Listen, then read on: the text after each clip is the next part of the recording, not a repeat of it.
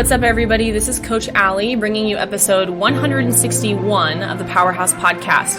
This week is 3 ways to be profitable as a title holder.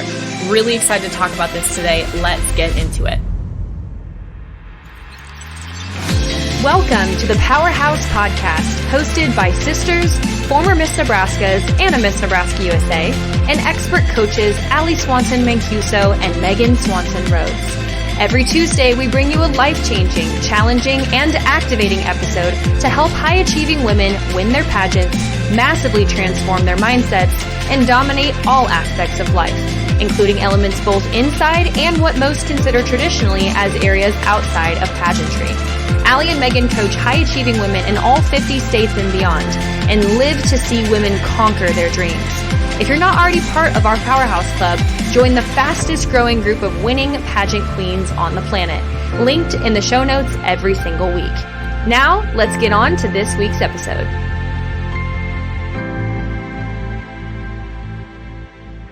Well, hello, everybody. Welcome to episode 161 of the Powerhouse Podcast. I'm Coach Allie, and today we're going to talk about 3 ways to be profitable as a title holder.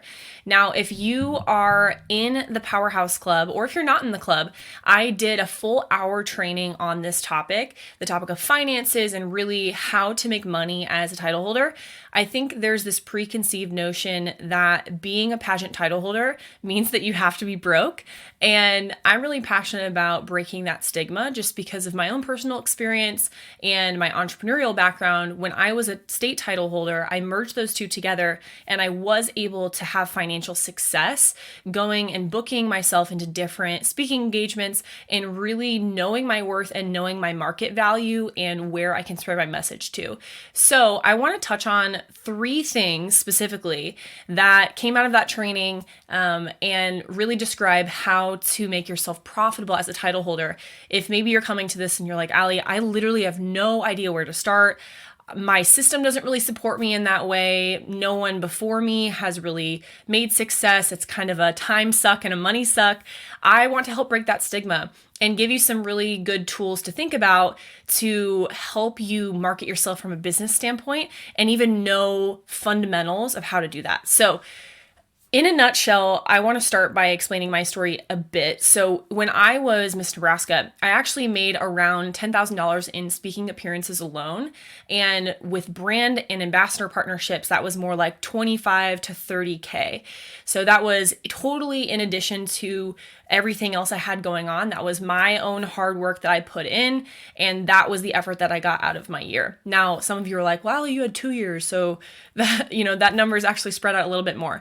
No, that metric is just the full year that I was Miss Nebraska, 2019 to 2020. Obviously, COVID hit.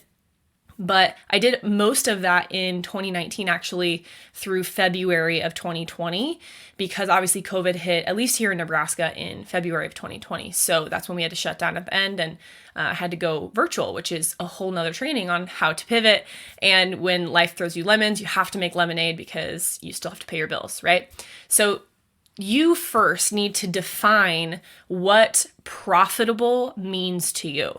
So again, this title is called 3 Ways to be Profitable as a Title Holder.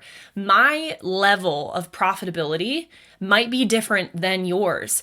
If you are a totally beginning title holder compared to someone who's maybe won a national title in another system and now they're trying a local title in a different system, that might be a different outlook because of your level of experience. That's okay. I just want to encourage you today to start somewhere with this, because if anyone is telling you, oh, there's not any money to be made in pageantry, or you have to be broke as a title holder, that is literally so far from the truth. And I can say that with my whole heart and 100% transparency and honesty, because that is not my journey. And listen, if I can make it in Nebraska into some of these small towns where no one has any inclination or any notion of what a pageant girl is, or even what a pageant pageant is, you can too. My girls that are in, Illinois and New York and Florida and Texas and California with Arizona with larger populations of people, you guys can make it too. And even people who are listening that might be in Wyoming or Montana or North Dakota, I kind of stayed on the North region there, but any other small town, Iowa, like if I can do it in Nebraska, you can do it in your state too. It's just understanding these three things. So what are those three things? Understanding what you have to offer is number one. Number two is communication within your platform. And number three is organization. So those are my three things that I'm going to hit on here today. If you're taking notes, take notes, write those three things down. If you're not taking notes, pull out your notepad in your phone. Unless you're driving, then don't do that. Re-listen to this and then take those notes, or audio message them into your phone. I don't know. But I really, really want you to get this here today. So before anything, define what profitable means to you. So if you're a starting out title holder and you're like, I really have no pageant experience, I'm going for this local title, how the heck do I be profitable as a title holder? It starts with understanding what you have to offer. And even using the other example of the person who's won a national title and is coming back and competing in a local title for a different system, this also pertains to you. Because when you're developing your platform or your message, just as you're developing who you are, that might change over time. I think of the person that I am standing here today, closer to the age of 30 now, and I have a different outlook on life than I had when I was a title holder. Granted, I was an older title holder in the age range, but even my platform and really what I care about is different. And that's fine. I have a different job. I have a different profession. I'm married now. I have different life goals. I have a different life balance. It just looks different than it did when I was in college or getting my master's degree. And that's fine. So going into what you have to offer is so important. Understanding that at a core value. So what does that look like? What are your strengths and weaknesses when it comes to doing an appearance? How long are you comfortable giving a presentation? Find the sweet spot. How much do you charge per hour? These are just some bullet points, and I'll elaborate on these a little bit. Travel and housing costs, contracts, content of your presentation, options for somebody booking you. Don't be a one-trick pony. Be multi-talented. So how are you an asset if I, as the business, am going to book you to do something? It's not just to stand there and smile and kiss babies. Like, that's fine. That's very base level. And I'm not saying you shouldn't charge a small fee for that. You can. Or you can do it, out of donation. That's purely up to you. But what are your skills? Do you know what those are? Are you comfortable speaking in front of an audience? Is there a topic that you're an expert in, or at least an intermediate in? And that's probably going to be your platform, which is why I was saying earlier, maybe your outlook on life of what your platform actually is different 5 years down the road. Or if you're an experienced title holder, maybe it's not what you were or what you had when you were a teen, and it's morphed now that you are a 24-year-old woman. Or some of my Mrs. delegates, candidates that are listening to this here, maybe you're 40 years old and you're competing for a Mrs. pageant, and your platform's surrounded around your family or your church or your profession that you have now 20 years of experience in. That's amazing. Use that as an asset to market yourself. So many times we overcomplicate it when we get stuck in the minutia of the details. And I'm queen bee of this, don't get me wrong. If there's not a system or there's not like an organized way to do something, sometimes I can dig my heels in and I can get stuck until I figure that out. But do that self-check-in at this moment. Say, okay, what are my strengths? What are my weaknesses? If I put you in front of 500 people, what would you do? Would you sing? Would you do a talent? Would you do a presentation for 40 minutes?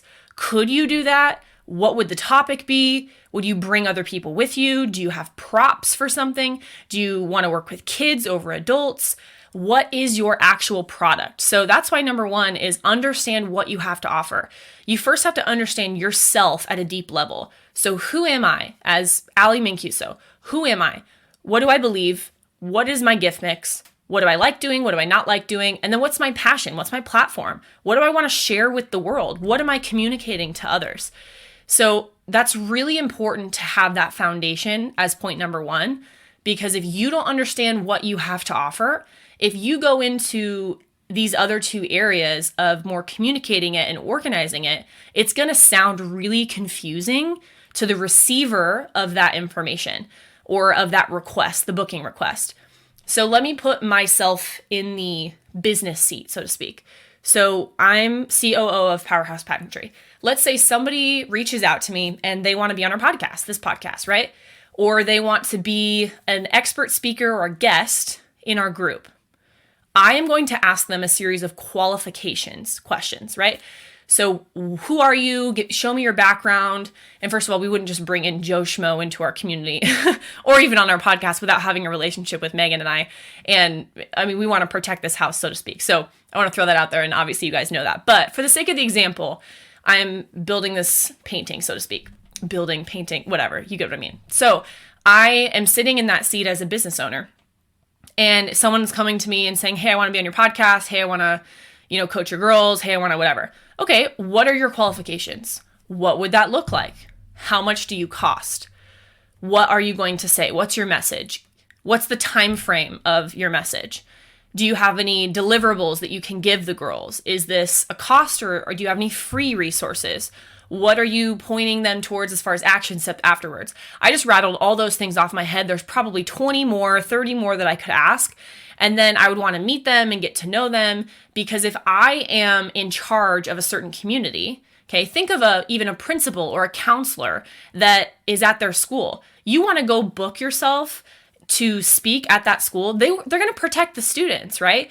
We have sometimes an arrogant perspective of what we can actually provide, and we don't put ourselves in the receiving seat of the other person. So yeah, my name is Allie and I have a 45-minute presentation. You need to bring me into your school so I can speak to this all school assembly, whatever. As a principal or a counselor, I'm like, okay, that's great. And I see that you've spoken at 19 other schools, but I could not think that you're a fit for my school. Why are you a fit for my school? You have to explain the why and the softness and the heart behind that too. So connecting with the person you're communicating with is really, really important. And that brings me into point number 2, is this communication piece. So I called number 2 communication within your platform, because once you have that understanding of who you are and what you have to offer, it's probably going to be in the lens of your platform that you're providing this service, okay? So I just think back of my time when I was a title holder. I was in and out of schools all the time because that was my message, right? I had the platform of Cyber Smarts, which I literally went through different social media apps with students, parents, and teachers, and I told them about different safety features and the privacy, safety, and security of basically the internet. That was my platform.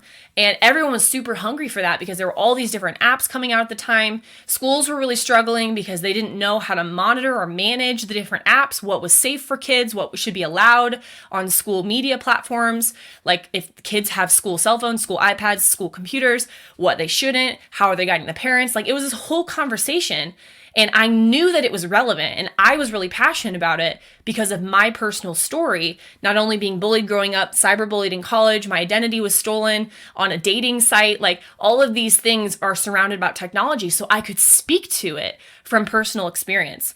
That's so important, okay? Nobody listening to this, even if you do have the same type of platform around social media or bullying, whatever, you can't share my story. You can't speak from the experience of Allie Swanson at the time and say this was her story. I mean, you can share my story, but it's not going to have the effect of me sharing it about my own life, because that's my testimony of what happened to me and how I learned from that and what gives me the passion and the drive to communicate that to others, so to speak. So find what that is for you. Okay, it doesn't have to be this big, massive story that's super emotional, like I climbed Mount Everest and I survived, or whatever. If your story is your mom or your sibling or something like that still pertains to you, and that's awesome. It normally is what I'm trying to communicate is it's normally within your platform that you find that passion, okay? It might not be though. So it might be your career is you're using your degree in a certain aspect, but your platform is blood donation.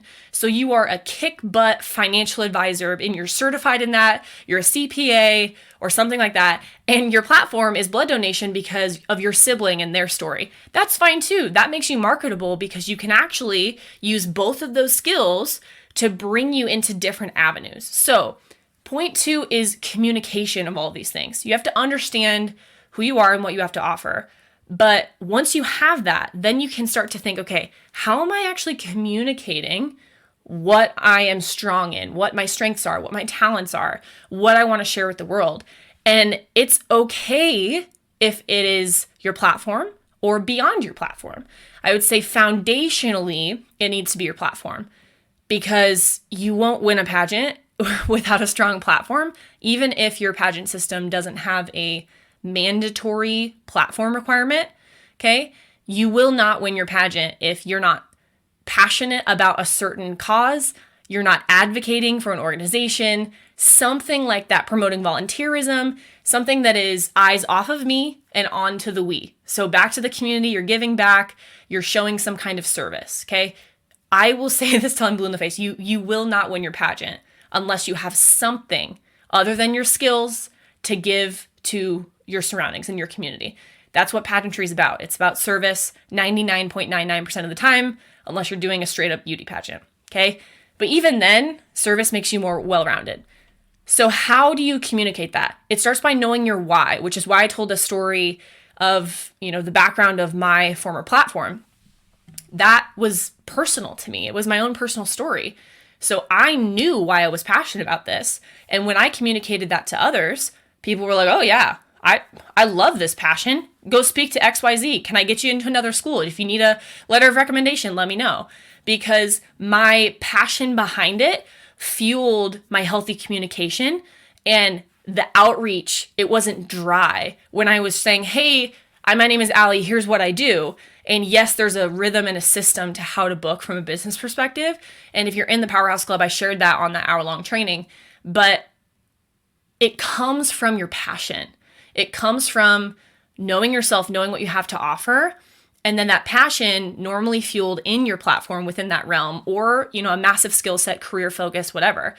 Then you learn how to communicate through that. And when your communication is healthy and clear and energetic and captivating, then you get different appearances and events.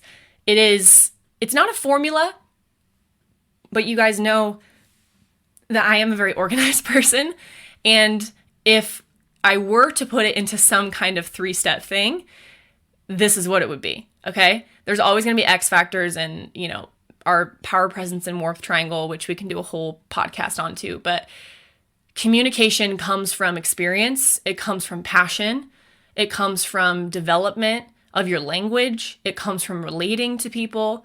It comes from emotional intelligence, being able to read a room or read the tone of an email properly and connecting with people in every single facet of what you do. So a couple ideas here of how to kind of expand your thinking. Know your why behind your platform, the relevance of the message. Notice when I was telling my story about my Cyber Smarts platform, I guarantee you guys listening to that, it either brought you back to some training that you had or you even on your social media or maybe in a circumstance that you have run into with privacy and safety. It's relevant to anybody who is breathing on social media or the internet. And I'm not saying every single platform will have that level of relevancy, but if you want to be a part of the conversation of lots of different platforms and lots of different areas and really be able to market yourself in new ways, think about a way to communicate your message that makes it marketable, okay? So if you are, let's just take blood donation. I'm throwing out random platforms here. I was just talking about blood donation with my Bible study the other day because we were talking about blood types and and that's the fastest way to know your blood type. Fun fact, I learned that from one of my clients too. But let's just take blood donation, so to speak. Okay, you might be thinking, okay, well, how do I promote blood donation besides just going to the Red Cross website, partnering with the Red Cross, and going to the different blood donation sites as my title holder self and with my Crown and Sash? Okay, that's basic level. Yes, you should do that. Yes, you should promote those events on your social medias and all of that. Yes, you should partner with your Red Cross. You can easily talk about the importance of blood donation, etc.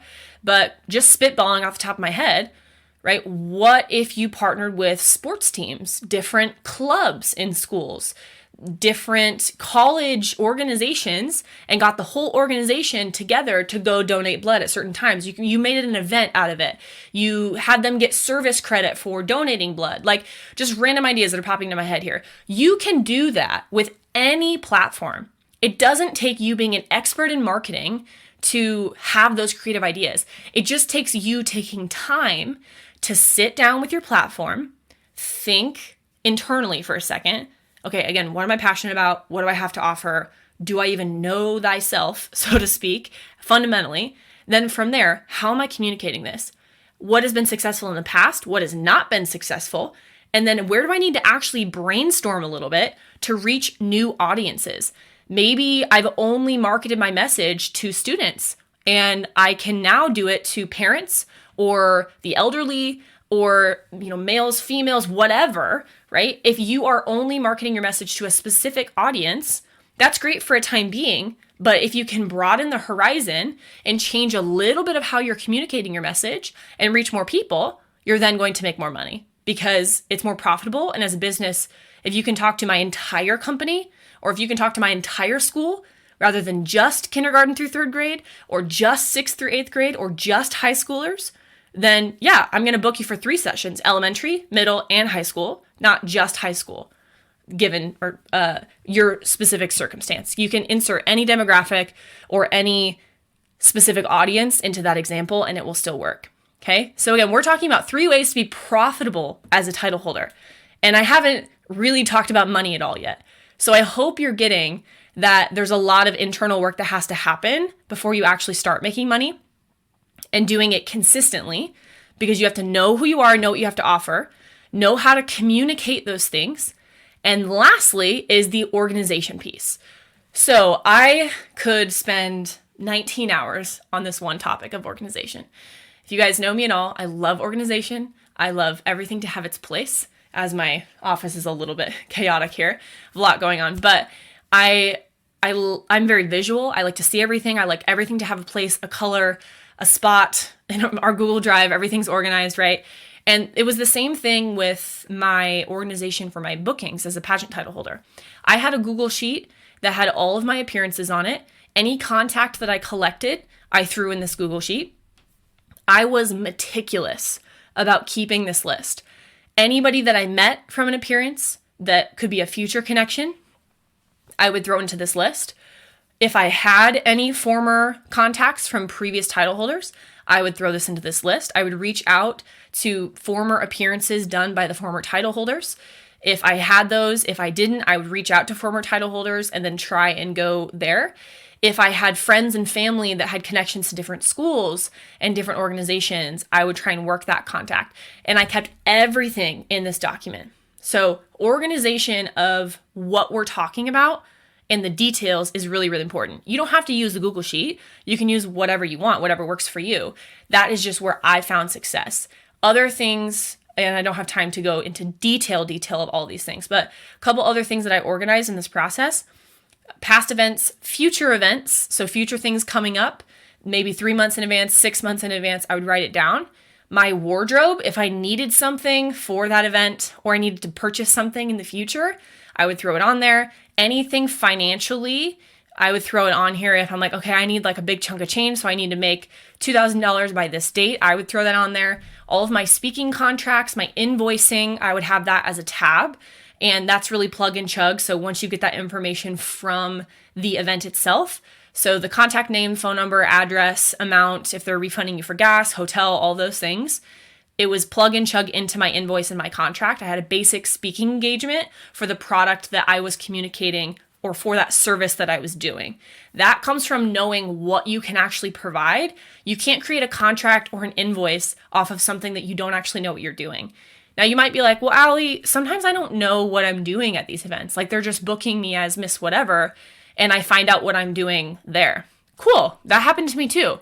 I have a basic speaking fee that if you want my time but I'm not speaking, I'm not doing that service above and beyond me just smiling, waving, being a body, volunteering in whatever capacity you want me to, then I have a basic flat fee. Above that, it's additional. That's how I would delineate between those two services.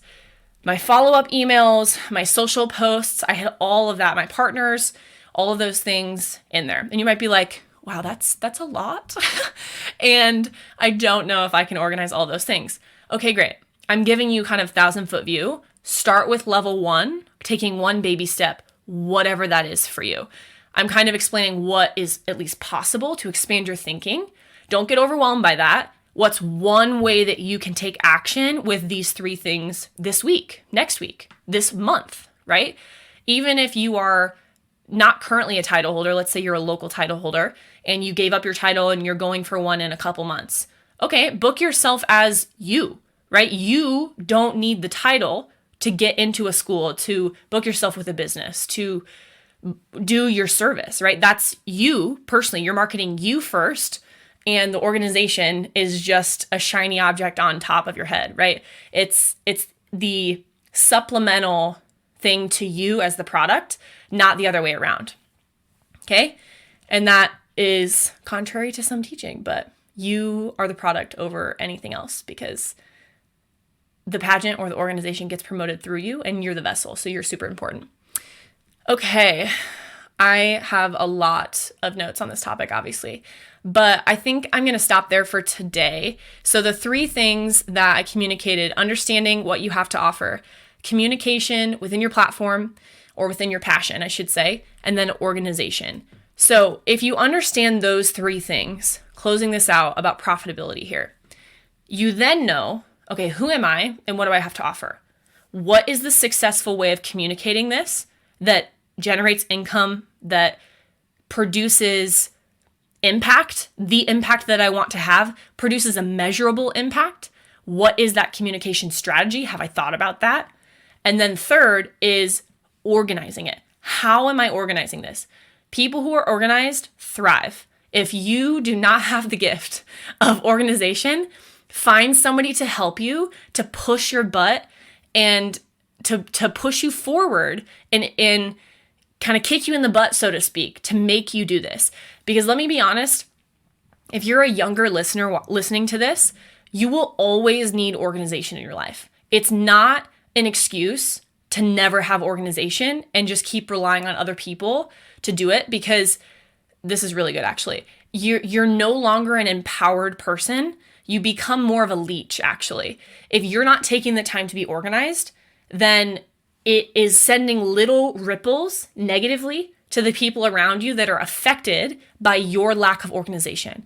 Now, I'm not saying that you have to be so meticulously organized that there's no room for error, no room for creativity, right? I'm a musician. I love being creative, but I also love being administrative and organized. There is space for both. But if you only live in the creative realm where you fly by the seat of your pants every single day, you don't know where your classes are scheduled if you're in college, like you're never on time for work, that impacts people. Like if you're late for your college classes or you're late for your class or your work, so to speak, then people are going to be let down by you all the time. And if you're not organized, those little ripples let people down. It's the same being a title holder. So I want to finish by challenging you guys today to be organized.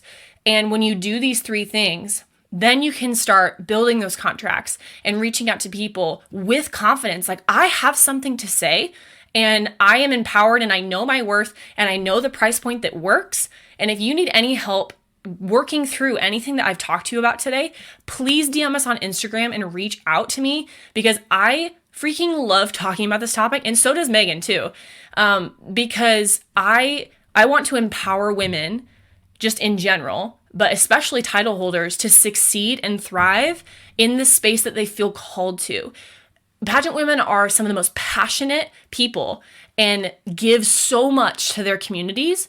Why would I not want you to be empowered financially to make more of an impact? Because let's be honest, the more money you make, the more impact you can have financially, because money speaks. That's just the way of the world. So I want you to have the tools to be able to influence your community at a greater capacity than you are operating in now. So if you are like, Allie, you are speaking my language, I 100% need this, please DM me on Instagram, either to my personal Allie Mancuso or our Powerhouse one, Powerhouse Pageantry, or the Powerhouse Podcast. Honestly, my admin looks at all of them. So we will respond to you, or you can email info@powerhousepageantry.com. We would love to set up a strategy call with you and just figure out some next best steps, whether that's, getting into our free group, Pageant Winner Secrets. Anybody listening to this, go Google that right now on Facebook. Google that. I sound like I'm 90 years old. Use the search bar on Facebook and find that group. It's a free group. We have resources like this in there dropped weekly. We have challenges and all of that. We want you in that group. But if you're looking for something else, we also do offer coaching at a one-on-one level, group coaching level, etc. So if you're like, Allie, I want to be profitable as a title holder, I need some of this, I need someone else to kick my butt, I'm not organized, I don't know how to do this, then number one, join the group. Number two, reach out to us, and we would love to partner with you and talk about next steps. So I'm going to shut up now. That's all I have for you guys. I'm really excited for a couple of the podcasts coming up, not a couple of them, all of them, but I love our topics that we are giving to you guys in the next couple weeks because I think they're really practical for this season, especially. So I will see you guys next week. I think next week is Megan on the podcast, but I'll see you guys in 2 weeks for my next one. I hope you found this extremely valuable. My name is Coach Allie. If you have any questions, let me know. Have a fantastic rest of your day, everybody. Bye. Hey guys, it's Coach Allie. Thank you so much for listening to the Powerhouse Podcast. Megan and I absolutely love our listener base, and we couldn't do what we do without you guys. If you stayed all the way till this part of the podcast, there's a couple things that I want to make sure that you know. We are constantly updating our resources to be the latest, greatest trainings and stay really up to date with trends. So if you want to figure out how to save $700 overall on pageant coaching, we have a service called the Powerhouse Club, among some other things. And to be honest, it is the best coaching in the world. Obviously, I'm a little bit biased, but we have the best community with amazing women from every single state in the United States in our community, and we just love pouring into you guys. So if you want to figure out how to save $700 overall, like I said, be a part of the best coaching service in the world, click the link below. We would love to assist you. See you next week, guys.